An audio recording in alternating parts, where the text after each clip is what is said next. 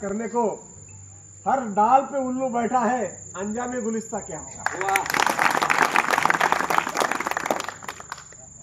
मित्रों, वेळ बराच झालेला आहे, तरीही निवडणुकीच्या अनुषंगाने एक 4-2 मुद्दे असे आहेत की जे तुमच्याशी शेअर केले पाहिजे, तुमच्याशी बोलले पाहिजे असं मला वाटतं।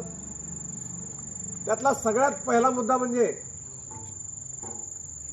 की आपला जो पाटील बहुल एरिया आहे, आपला जो मराठा बहुल एरिया आहे,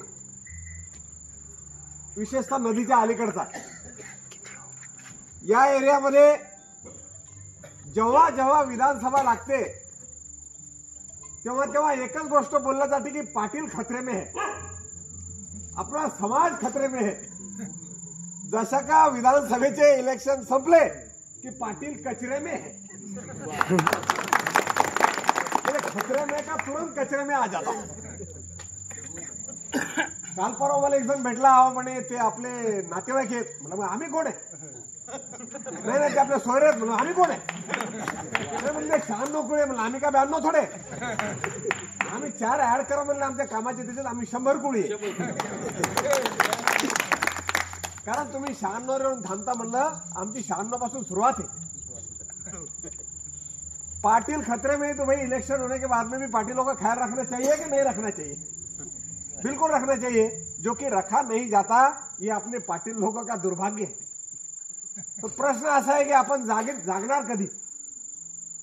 बऱ्याचदा असं बोललं जातं की जो माणूस झोपत आहे त्याला जागा करणं सोपं आहे, कारण तो झोपत आहे। पण जो झोपचं नाटक करायला आला त्याला जागा कसं करायचं? हे जे आपले लोकप्रतिनिधी आहेत, आतापर्यंत जेवढे आमदार खासदार झालेत, होऊन गेलेत आहेत, हे सगळे झोपाचं नाटक करायला लागले, म्हणून यायला जागा करणं कठीण आहे। आता त्याला काय जबाबदार ते एकटेच नाहीत, तुम्ही आम्ही पण जबाबदार आहे। ते काय करतात? काहीच करत नाही, इमोशनल ब्लॅकमेल करतात। मी मगाशी बोलल्याप्रमाणे इलेक्शन आले की नाही बा आपला समाज आहे, आपला पाटील आहे, आपण जर याला निवडून देणार नाही तर मग तो फलाना निवडून येते, तो बिस्ताना निवडून येते। अरे तो फलाना बिस्ताना निवडून येते म्हणून याला किती दिवस उरावर घेता?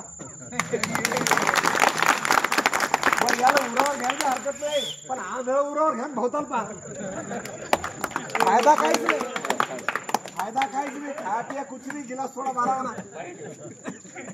आता दुसरा महत्वाचा मुद्दा असा बोलणार आहे मी, किंवा इलेक्शनच्या टायमाला तुम्हाला पाटील आठवतात, तुम्हाला कोणाकोणाला आठवते मला माहित नाही, पण लोणी बुद्रुक नावाचं गाव आहे तिकडे आमच्या रिसोडकडे पलीकडे, लोणी खुर्द।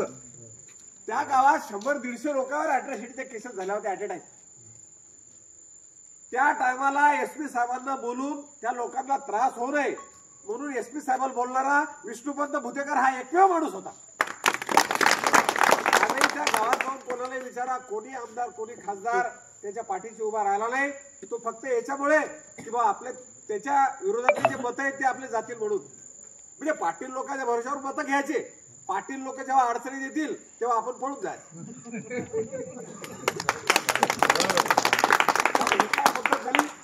म्हणजे डीपी जळाली की विष्णुपंत भुतेकर, अॅट्रॉसिटीचे केसेस झाले की विष्णुपंत भुतेकर, काही झालं की विष्णुपंत भुतेकर। बरोबर साहेब, बरोबर।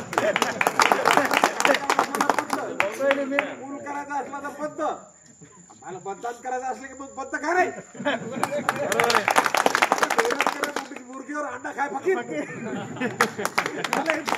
चुकीची गोष्ट आहे नाही। माझं असं मत आहे की यावेळेस एक चांगला पर्याय तुमच्या पुढे उपलब्ध झालेला आहे, म्हणजे मेहनत करे मुर्गीवर अंडा भी खाय मुर्गी। तुम्हाला काहीच करायचं नाही, 20 तारखेला 12 नंबरचं शिलाई मशीनचं बटन दाबायचं आणि पंताला निवडून द्यायचं।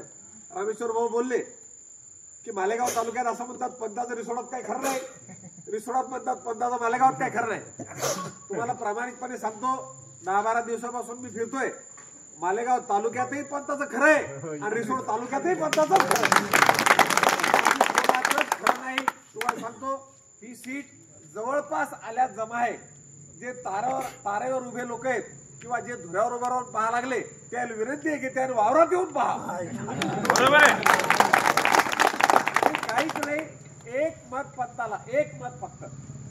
जास्त काहीच नको, जेवढे लोक घरातून ऐकत असतील त्याने ऐका, ते इथं बसलेले त्याने ऐका, फक्त एक मत पंताला द्यायचं आहे। त्या पलीकडे काही दुसरी माझी विनंती नाही तुम्हाला लोकांना। तिसरा अत्यंत महत्वाचा मुद्दा असा आहे की आपला हा जो मतदारसंघ आहे, विशेषतः रिसोड मालेगाव विधानसभा मतदारसंघ, अहो सगळा सत्यानाश करून टाकलाय मतदारसंघाचा.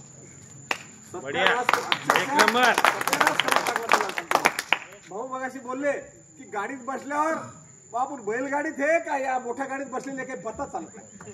रोडच हवे आहेत ना, रोडच इतके सुंदर आहेत, या लोकांना लाजच कशा वाटत नाही मला समजत नाही. तर आमच्या गावाकडे खराब झाले जाऊ द्या, तुमच्या गाडीत रस्ते खराब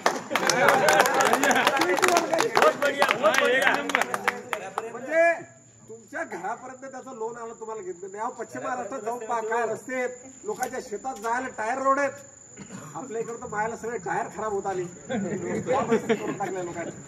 या सगळ्या गोष्टीचा विकास करायचा असेल तर आपल्याला विजन असणारा नेता पाहिजे आणि तो विजन असणारा नेता म्हणजे विष्णुपंत भुतेकर. यापूर्वी असं असायचं की उमेदवार असायचे आणि उमेदवारच किती असतात आपल्या इकडं विचार करायला गेला. आता 13 लोक उभे आहेत, 4च लोकांची चर्चा आहे, त्याच्यात आपण नंबर 1 वर. म्हणजे आम्ही अर्ज टाकला त्यावेळेस मला एक जण म्हणजे तुम्ही 2000 मतं घेसाल म्हणजे फक्त 2000. म्हटलं हरामखोरा थोडासा थांब. 2-3 दिवस झाले मग म्हणजे नाही साहेब तुम्ही 8,000 मतं घेता म्हणजे. 2 दिवसात पुन्हा भेटले म्हणलं काय अपडेट्स आहेत, नाही म्हणजे तुम्ही 15,000 मतं घेता. काल भेटला मला म्हणतो साहेब मला तर आता तुमची भीती वाटायला लागली म्हणजे. काय झालं, नाही म्हणे तुम्ही 30-35 हजाराच्या पुढे गेले म्हणे. अरे म्हणलं आता चौरंगी पचरंगी लढत व्हायला लागली, निवडून याल मतच किती पाहिजे, 40,000 मतावर बोललो मी की 35,000वर आपण गेलो असं त्याचं म्हणणं आहे. निवडून यायला 40 पाहिजे म्हणजे फक्त 5,000 मतं पाहिजे. गोमली सारखं एक गाव चाललं तर आपली सीट आली. आणि हा माणूस कोणत्याही पदावर नसताना मगाशी साहेब बोलले कुठे पेनमोरीला की या पुलाचं काम मी केलं, या रस्त्याचं काम मी केलं. ते एक गोष्ट सांगायला विसरले की हे जे काम त्यांनी केले ते कोणत्या